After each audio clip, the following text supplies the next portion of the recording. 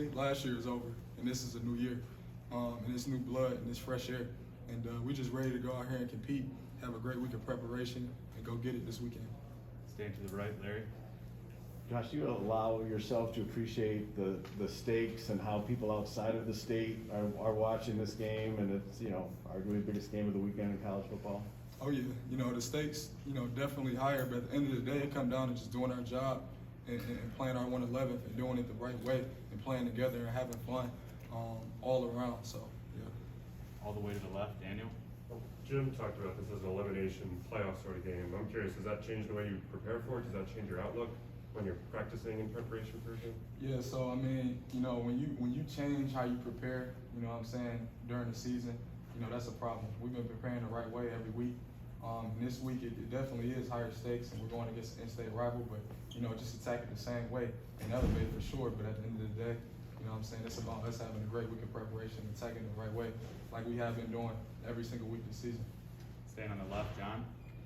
Your thoughts on Kenneth Walker and how important it is to keep him contained in this game? Yeah, it's definitely important to keep Kenneth Walker contained in this game. That's a guy that can make big plays and can make you pay if you're not in the right spots on defense. So definitely it's going to be a goal for us to contain him and stop him and neutralize him for sure.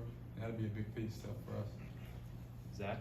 A few guys on the defense have used the phrase nameless, faceless opponents. How do you balance that versus, I guess, the extra energy you might get in a rivalry matchup? Yeah, so yeah, at the end of the day, it is nameless, faceless opponents, and regardless who we play, that's how we view it.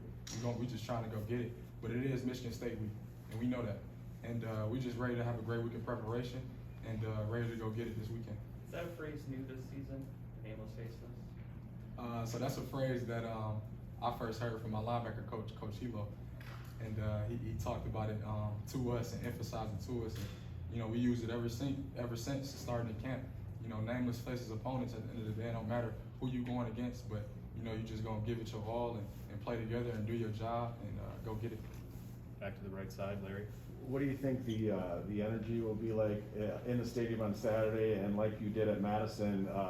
How about the opportunity and challenge to kind of flip that energy for you? Yeah, so definitely the energy will definitely be high, but at the end of the day, you know, we want to make it our own for our energy and our confidence and everything we got going on. So energy will be high, but at the end of the day, it comes down to just doing our job and playing our 111 and succeeding. Back to the left, Michael. Josh, what was it like to grow up in the state and be recruited by both schools?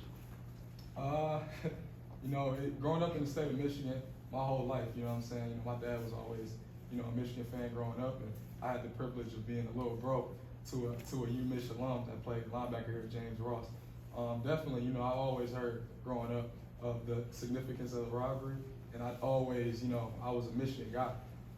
But, you know, getting recruited by both teams, I mean, it is what it is. Like, I'm from Michigan, that's gonna happen, but at the end of the day, like, I'm ready to go get it, and my teammates are ready to go get it, and we're ready to play this weekend for sure. Still on the left, Daniel. Josh, did you get a good view of DJ Turner's 3-tip interception on Oh Saturday? yeah, I had a great view. I had a great view. That was a beautiful interception.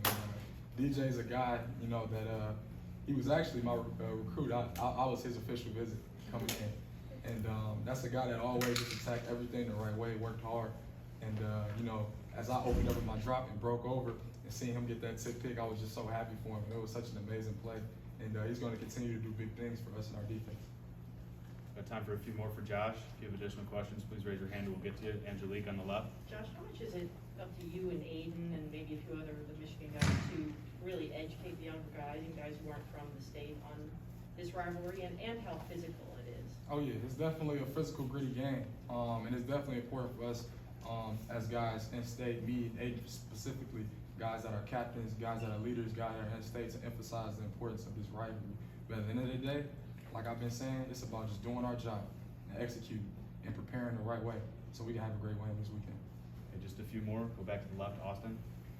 With a back like Walker, who gets a lot of his yards off of cutbacks, is there anything in particular you do to prepare for his style of running, and what do you see as some of the keys to containing him? Just doing your job, you know. Don't get nosy.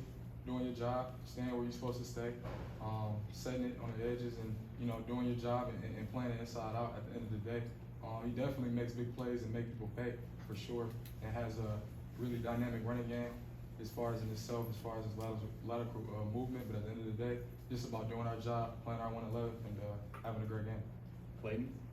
You have to be on higher alert for trickery this week, given what they've done to you guys in the past, and it seems like they run a flea flicker almost every game this season.